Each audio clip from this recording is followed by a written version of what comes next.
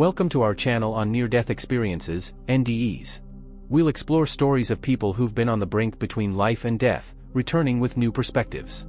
These accounts offer a unique glimpse into existence, life's meaning, and the universe.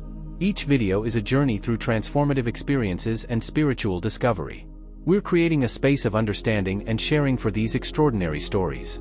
Whether you're here out of curiosity or seeking comfort, we hope to bring you peace and awareness. Join us on this journey of spiritual exploration. Every moment is an opportunity to grow and love. Thank you for being here with us. Jonathan, a 17-year-old living in a small town north of New York, recounts his extraordinary experience from the summer of 1975. He had purchased a significant amount of LSD, in the form known as window pane, and had been using it daily with his friends for nearly a week. However, the effect of a single dose was no longer sufficient to produce the desired outcome. The day before the crucial event, Jonathan and his friends took 2 doses each.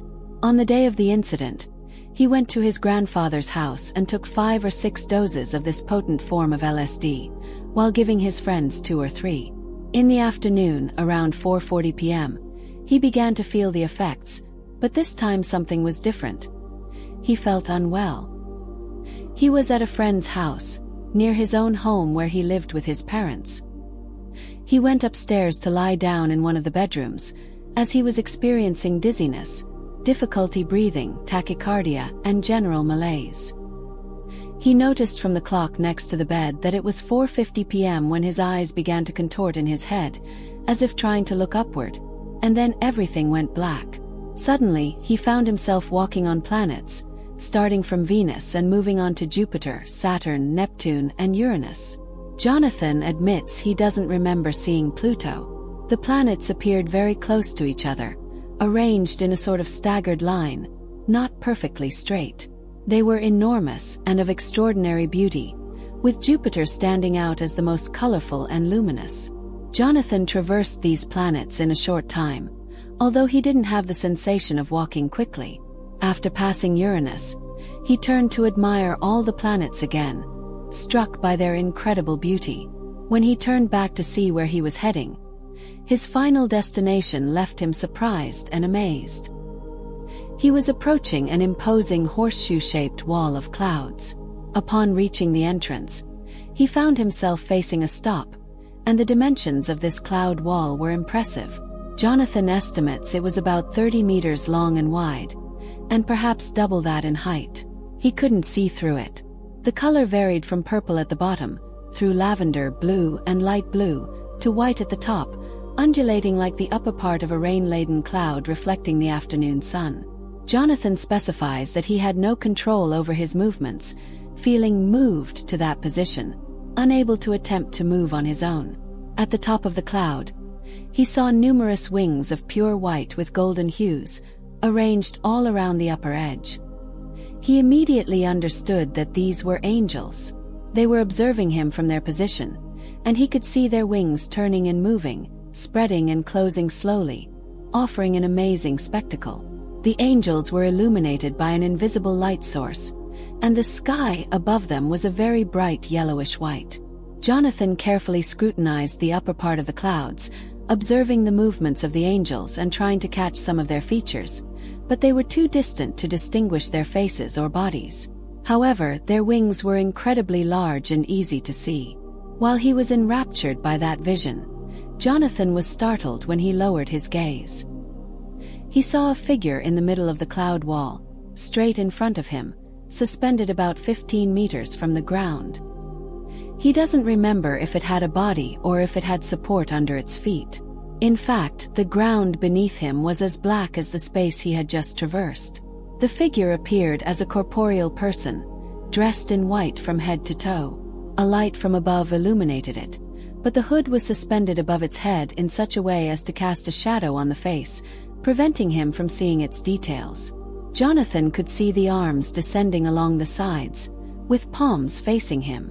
Throughout the entire episode, silence reigned, without any verbal exchange. However, as soon as Jonathan laid eyes on this figure, he was overwhelmed by a feeling of love and joy that he found difficult to express in words. His mind was then filled with knowledge and answers regarding existence and the meaning of life. He remembers thinking, "Now I understand, now I get it, it's easy." At that moment, he understood the reason for his birth and what his purpose was in the divine plan, realizing that it wasn't too complicated, but simple. At that moment, Jonathan realized, without a doubt, that the figure before him was Jesus. After a few moments of nonverbal communication, his next memory was waking up on the bed where he had lain down. He felt a terrible sensation in returning, after being away from the place he came from.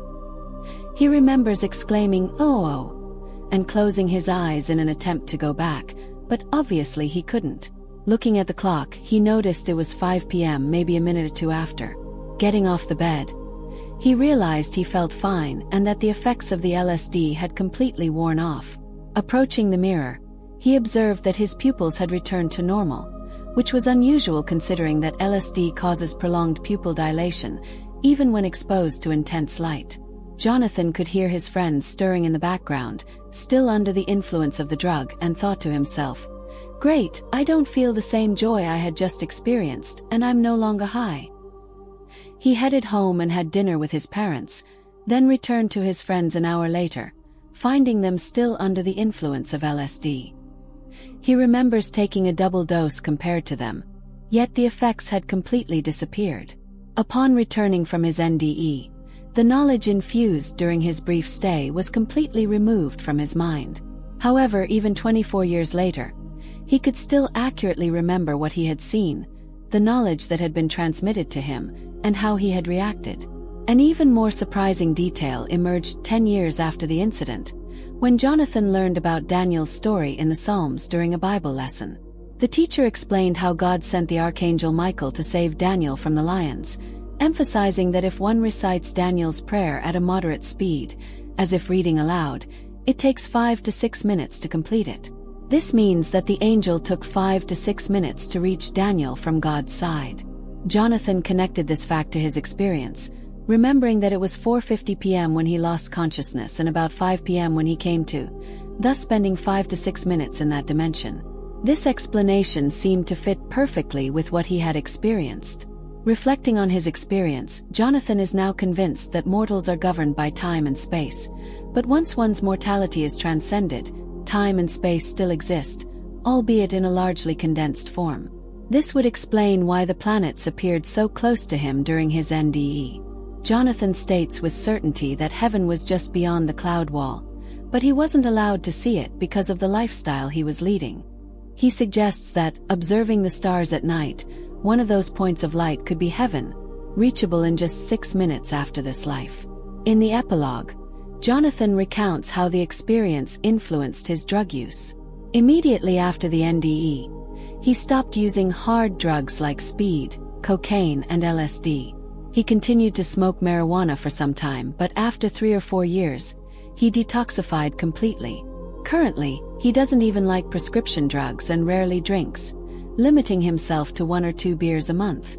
Jonathan concludes by stating that he is certain that having seen Jesus and not being able to see heaven will always make him think twice before taking negative actions. If you enjoyed this video or you're interested in the topics we cover on this channel, I'd be really grateful if you could subscribe to the channel so you don't miss future content. Share the video with someone you think might appreciate it. Thank you so much for your support. Preface: near-death experiences, NDEs, can be profound, life-changing events. Remember, NDEs are subjective experiences, not proof of an afterlife or a guide for living. Channel purpose: this channel shares NDE stories and information, providing a platform for open discussion without promoting specific beliefs. Disclaimer: this content doesn't replace professional medical or psychological advice. If struggling with mental health issues, seek professional help immediately. If you've had an NDE and need support, consult a therapist experienced with NDEs. We don't promote suicide or self-harm. If considering suicide, contact a prevention lifeline immediately. Suicide prevention resources: National Suicide Prevention Lifeline, 1-800-273-8255. Crisis text line, text HOME to 741741. Conclusion: we hope you find this channel informative. For questions, please contact us. Remember, Suicide prevention is crucial. If you're struggling, seek help. You're not alone.